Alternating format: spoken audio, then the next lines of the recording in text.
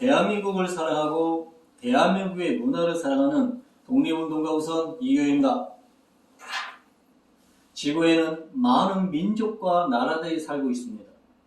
그 많은 나라 중에 몇몇 나라는 게르만 스타일, 앵글로 스타일, 이탈리안 스타일, 아메리칸 스타일 등과 같은 그들 나라만의 독특한 스타일을 가지고 있습니다.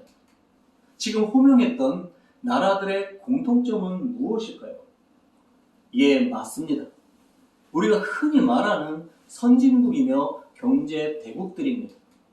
그렇다면 세계 2위, 3위를 하고 있는 중국과 일본은 어떤 스타일을 가지고 있으며 대한민국은 어떤 스타일을 가지고 있을까요? 중국과 일본은 참 오랜 시간을 교류하고 지냈지만 삼국이 너무나 다른 스타일을 가지고 있습니다. 그 이유는 지리적 환경에서 찾아볼 수 있습니다. 중국은 대륙 문화를 가지고 있으며 한자로 표기한다면 일이라고 말할 수 있습니다. 대륙국가는 수많은 민족과 문화를 하나로 묶어 지배해야 하는 문화인 것입니다. 그래서 중국은 하나의 중국을 강조하는 것입니다. 지금도 하나의 중국을 인정하는 소수민족에게는 그들의 자치권과 문화를 인정해주지만 하나의 중국을 깨고 독립하겠다는 민족에게는 우리가 상상할 수도 없는 호각으로 정치하는 것을 신장과 티베트에서 볼 수가 있습니다. 일본은 섬나라로서 해양 문화를 가지고 있으며 한자로 표기한다면 화라고 말할 수 있습니다. 7세기 일본 최초의 율령 국가를 만들었던 쇼토쿠 태자가 치열한 권력 싸움 끝에 정권을 차지했지만 도망갈 데 없는 섬나라에서 서로 싸우면 모두가 죽는다는 깨달음 속에 일본의 국시이자 국가 이념으로 화를 한 것입니다.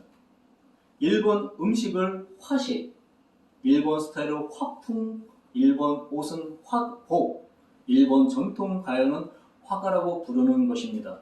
그렇다면 우리 대한민국은 어떤 문화일까요? 대한민국은 1000년 전에 발해가 멸망함으로 안타깝게도 반도국가가 되었습니다. 우리는 반도 문화를 가지고 있으며 한자로 표기를 한다면 충이라고 말할 수 있습니다. 반도의 지리적 특징은 대륙 세력과 해양 세력이 부딪히는 곳입니다. 우리는 역사를 통해서 얼마나 많은 외침을 당했는지를 알고 있습니다.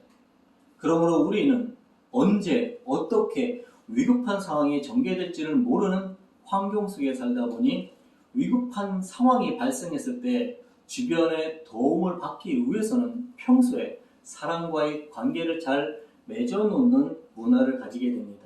그래서 우리는 정의 문화와 우리라는 문화가 있는 것입니다. 임금과 신하는 충, 부모와 자식은 효, 친구와 친구 사이는 신, 이 모든 것이 사람과 사람 간의 관계를 중요시 여기는 문화인 것입니다. 대한민국과 중국과 일본이 과거에 공통의 문화를 갖고 있는 것이 있었습니다. 그것은 한자 문화입니다. 그런데 재미있는 것은 사람을 한문으로 쓸 때 중국과 일본은 인, 한 글자를 쓰지만 대한민국은 인간이라고 씁니다. 즉, 사람이란 사람과 사람 사이의 관계가 잘 맺어져야 바른 인간이라는 뜻입니다. 중국과 일본과 우리는 또 무엇이 다를까요? 이것은 경복궁의 근정전과 앞들의 전경입니다. 그런데 말입니다. 이 사진에 특이한 점이 보입니다. 당시 조선에서 가장 존귀하고 존엄한 공간인 경복궁 근정전의 바닥의 돌들이 울퉁불퉁하고 모양도 제각각입니다. 그럼 당시 조선의 석공들이 기술이 없어서 저렇게 가공하여 설치를 하였을까요? 조선의 석공이 기술이 없어서가 아니라 하늘의 구름을 상징하는 것입니다. 우리는 왕의 존재는 하늘님의 뜻을 받들어 땅의 백성을 다스리는 중간자인 것을 잊지 말고 나라를 잘 다스리라는 의미인 것입니다. 중국과 일본은 힘으로 나라를 다스렸다면 우리는 민심이 천심이라는 통치 이념 속에 정신으로 나라를 다스렸던 문인사회였던 것입니다. 그럼 정신으로 다스렸던 우리의 궁궐과 힘으로 다스렸던 중국과 일본의 성과는 건축적으로 어떠한 차이가 있는지를 알아보겠습니다. 지금 보시는 사진의 전경은 너무나 잘 아시는 조선의 정전인 경복궁 전경입니다. 해외 도시학자나 역사학자들이 경복궁 광화문만 보고도 깜짝 놀란다고 합니다. 경복궁에 어떠한 방어와 공격 시스템이 없는데도 나라를 어떻게 500년 이상을 다스릴 수 있었느냐고 오히려 반문을 한다고 합니다. 지금도 광화문에 재현한 수문장을 보더라도 10여 명의 병사들이 문을 지키고 있고 궁궐은 그냥 담장으로 둘러져 있음을 볼 수가 있습니다. 광화문을 지나가면 있는 문이 홍례문입니다. 홍례문도 그냥 문이고 담장으로 둘러져 있을 뿐입니다. 그럼 힘으로 지배했던 중국과 일본의 성을 보면서 우리와 어떻게 다른지 살펴보겠습니다. 중국의 작은 성은 높은 성곽과 성 둘레는 외부의 침범을 막기 위한 넓은 해자가 조성되어 있음을 볼 수가 있습니다.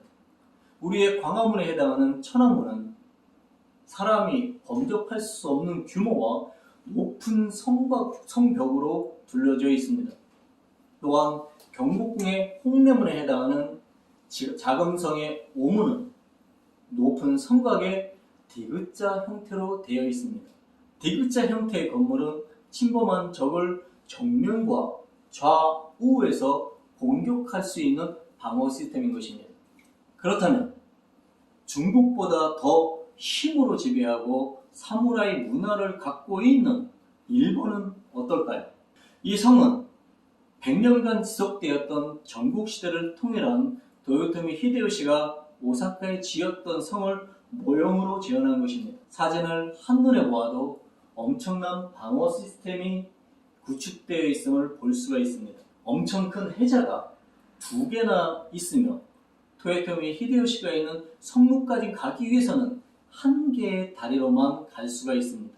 성루 주변의 수많은 정각들은 호위 사무라이들의 숙소입니다.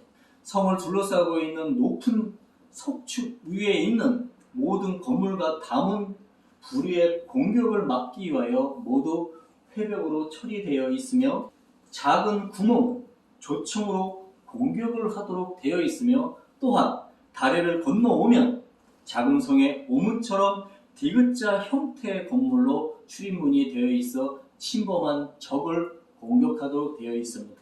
표본이 있는 성루의 출입구에 도달하기 위해서는 1개의 좁은 계단으로만 올라가야 되며 성루 주변은 적을 머리 위에서 공격할 수 있도록 사진에서 보는 바와 같이 건축하였습니다.